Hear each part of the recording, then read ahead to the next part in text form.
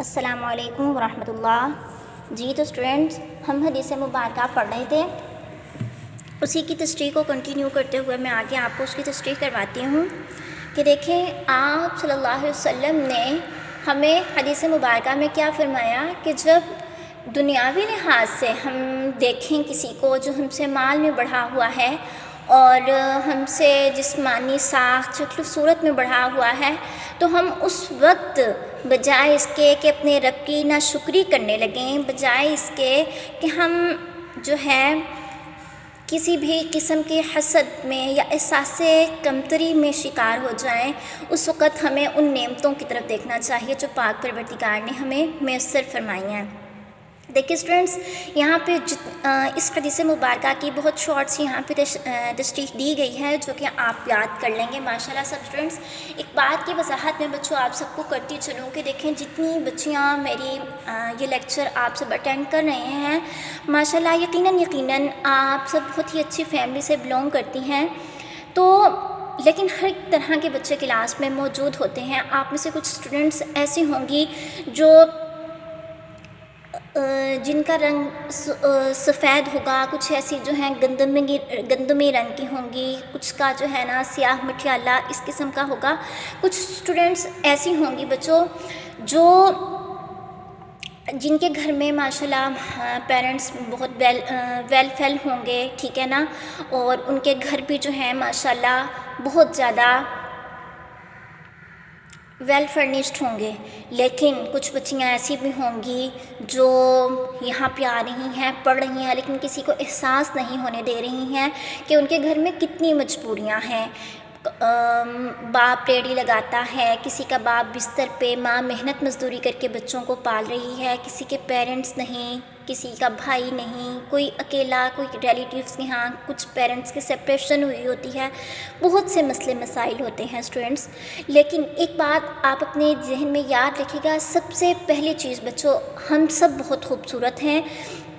ہم خوبصورت ہیں کیونکہ اللہ تعالیٰ نے ہمیں تمام جسم کے اعضاء، ہمارے جسم کا ہر حصہ بالکل صحیح نارمل بنایا ہے۔ اللہ پاک نے ہمیں صحت مند بنایا ہے، کسی کا محتاج نہیں بنایا، معذور نہیں بنایا اللہ پاک نے، ٹھیک ہے۔ ہماری آنکھیں ہیں جن سے ہم دیکھ سکتے ہیں، ہمارے کان ہیں جن سے ہم سن سکتے ہیں، تو یہ اللہ پاک کی وہ نعمتیں ہیں جن کے بارے میں ہمیں اللہ کا شکر ادا کرنا چاہیے۔ دوسری چیز یہ دیکھیں اسٹوڈنٹس، کبھی بھی اپنے دل میں یہ خیال مت لائیں کہ شاید ہم غریب ہیں، ہم دوسروں کی طرح امیر نہیں۔ جب آپ کسی بہت ہی بڑے کوٹھی بنگلے والوں کو، کار والوں کو دیکھیں تو خود چاہے آپ جھونپڑی میں ہی کیوں نہ رہ رہے ہوں، لیکن خود کو غریب خیال مت کیجیے گا، اللہ کی ان نعمتوں کو دیکھیے گا۔ ہے نا قرآن پاک میں سورۃ نحل میں اللہ پاک فرماتا کہ وَإِن تَعُدُّوا نِعْمَةَ اللَّهِ لَا تُحْصُوهَا، کہ اگر تم اللہ کی نعمتوں کو شمار کرنے لگو، ان کو گننے لگو تو تم ان کو شمار نہیں کر سکتے۔ اسی طریقے سے آپ یہ دیکھیں بچوں، ہم غریب نہیں ہیں، ہم امیر ہیں، یہ سوچ کر خود کو امیر سمجھیے گا، ان نعمتوں کو دیکھتے ہوئے خود کو امیر سمجھیے گا، اللہ کا شکر ادا کیجیے گا، اپنے دل میں خیال پیدا کیجیے گا کہ اللہ پاک نے ہمیں بھی بہت نوازا ہے، ہم امیر ہیں۔ کیوں؟ کیونکہ یہ سورج کی جو تپش ہے، سورج کی جو حرارت ہے وہ ہم بھی محسوس کر سکتے ہیں۔ ایسا تو نہیں ہے نا کہ دیکھیں سورج نکلتا ہے، اس کی جو تپش ہوتی ہے، اس کی جو حرارت ہوتی ہے، اس سے جب فصلیں اگتی ہیں تو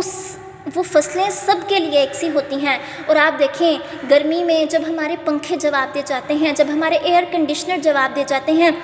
جب اے سی، کولر، ہر چیز جواب دے جاتی ہے، یو پی ایس جواب دے جاتے ہیں، جنریٹر جواب دے جاتے ہیں، وہاں پہ امیر غریب سب ایک سے ہو جاتے ہیں۔ ایسے میں جب قدرت کی طرف سے جب آسمان سے بارش برستی ہے، جب پانی برستا ہے، ٹھیک ہے، تو اس وقت کیا ہوتا ہے؟ جب اللہ سورج کی تپش، اس کی حرارت کو کم کر دیتا ہے تو اس وقت جو فضا میں ٹھنڈک ہوتی ہے، جو ہوا میں ٹھنڈک ہوتی ہے، وہ بادلوں کا ہم پہ سایہ ہو جانا، وہ ہم سب اس سے ایک ہی طرح سے مستفید ہوتے ہیں۔ یہ گردش لیل و نہار، یہ سورج کا طلوع ہونا، یہ رات کو آسمان کا ستاروں سے مزین کیا جانا۔ اب آپ دیکھیں، آنکھوں پہ تو کوئی پہرا نہیں لگا سکتا نا، جب رات کو چاند نکلتا ہے، 14ویں کا چاند تو سب کو ہی بہت بھلا لگتا ہے نا، جب رات کو چاند نکلتا ہے تو کوئی غریب ہے یا امیر ہے، کوئی فٹ پاتھ پہ سونے والا ہے یا کوئی جھونپڑی میں سونے والا، کوئی اپنے چھوٹے سے کچے گھر کے کھلے صحن میں سونے والا ہے، یا کوئی بہت ہی 3-4 منزلہ بنگلے میں رہنے والا اپنے ٹیرس پہ کھڑا آسمان کو دیکھ رہا ہے، ٹھیک ہے، کوئی جھولے میں بیٹھا دیکھ رہا ہے، کوئی کسی 5 اسٹار ہوٹل میں بیٹھا دیکھ رہا ہے، کوئی ندیاں یا کوئی دریا یا ندی کے کنارے بیٹھا دیکھ رہا ہے، لیکن اس چاند کی جو روشنی ہے وہ دیکھنے والے، وہ سب طرح کے دیکھنے والوں کو ایک ہی طرح کی بھلی معلوم ہوتی ہے۔ ہم امیر ہیں کیوں؟ کیونکہ ہم پھولوں کی خوشبو سونگھ سکتے ہیں۔ ہم امیر ہیں کیونکہ ہم درختوں کے پھل کھا سکتے ہیں۔ ہم امیر ہیں کیونکہ اللہ تعالیٰ نے ہم میں احساس پیدا کیا ہے۔ احساس کس طریقے کا احساس؟ کہ جب ہمیں کوئی چیز اچھی لگتی ہے، ہمیں خوشی محسوس ہو، ہم مسکراتے ہیں، ہمیں غم محسوس ہو تو ہم رو پڑتے ہیں۔ یہ جو خوشی اور غمی کا احساس ہو جانا، یہ جو ہمارے اندر انسانیت کا احساس ہے، ہمیں ایک دوسرے کی بھوک کا احساس ہے، ایک دوسرے کے درد کا احساس ہے، اس لیے ہم امیر ہیں۔ ہم امیر ہیں کیونکہ ہمیں بغیر جو ہے سلیپنگ پلس کے نیند آتی ہے۔ ہم امیر ہیں کیونکہ ہمیں موٹے موٹے گرم گرم بستر میسر نہیں، پھر بھی ایک جھونپڑی میں بھی ہمیں سکون کی نیند آتی ہے۔ ہم امیر ہیں کہ اللہ تعالیٰ نے ہمارے دلوں کو مطمئن کیا۔ ہم امیر ہیں کہ ہم امت محمدی صلی اللہ علیہ وسلم ہیں، ٹھیک ہے۔ تو میں آپ سب کو صرف یہی کہوں گی کہ بچوں، اس کو چاہے آپ میرا آٹوگراف سمجھیں، میری ایک نصیحت سمجھیں، کہ زندگی میں جب بھی مایوسی چھانے لگے، جب بھی حالات جو ہیں آپ پہ تنگ ہو جائیں اور سایات تنگ کر دیا جائے، جب حوادث زمانہ، گردش زمانہ، جب اپنوں کی کچھ تلخیاں، جب بہت ادھر ادھر کی اتار چڑھاؤ تو زندگی کا حصہ ہے نا، شیب و فراز، یہ اپس اینڈ ڈاؤنس یہ تو آتے جاتے رہتے ہیں، تب صرف اتنا کر لیجئے کہ اللہ پاک کی صرف اس آیت کو یاد رکھیے گا کہ فَبِأَيِّ آلَاءِ رَبِّكُمَا تُكَذِّبَانِ، اور تم اپنے رب کی کن کن نعمتوں کو جھٹلاؤ گے، تو یقیناً ہمارا پروردگار ہم سے بہت پیار کرنے والا ہے۔ اللہ پاک نے شاید ہمارے پاس وہ سب نہیں ہے جس کی ہمیں خواہش ہے، لیکن اللہ پاک نے ہمیں وہ سب کچھ عطا فرمایا ہے اسٹوڈنٹس، جو ہمارے لیے بہتر ہے، جس کی ہمیں ضرورت ہے۔ دیکھیں نا، ہم ہر رات کو صبح سو کر جب اٹھتے ہیں، ہم صبح کو جب سو کے اٹھتے ہیں، ہم رات کو اللہ کو کچھ نہیں دیتے ہیں، ہمارا صبح کو نیند سے بیدار ہو جانا، ایک نئی زندگی ہمیں دینا، اور ہر صبح جب ہمیں زندگی ملتی ہے تو اس زندگی میں ہمارے ساتھ وہ دن اپنا رزق ہمارے ساتھ لے کے آتا ہے، تو اللہ یہ جو ہمیں ایک نئی صبح بھی ادا کرتا ہے نا، یہ بھی ہمارے لیے اللہ تعالیٰ کی ایک بہت بڑی نعمت ہے، اور اس سے بھی سب سے بڑھ کے ایک جو نعمت ہم سب کو میسر اللہ پاک دیتا ہے، یہ جو ہمیں توبہ کی توفیق عطا فرماتا ہے۔ تو ہر حال میں اللہ تعالیٰ کا صبر، اللہ تعالیٰ کی جو ہے اگر کسی قسم کی مصیبتیں ہیں ان پر صبر کیجئے، اور جو اللہ پاک نے نعمتیں عطا کی ہیں ان پر شکر ادا کیجئے۔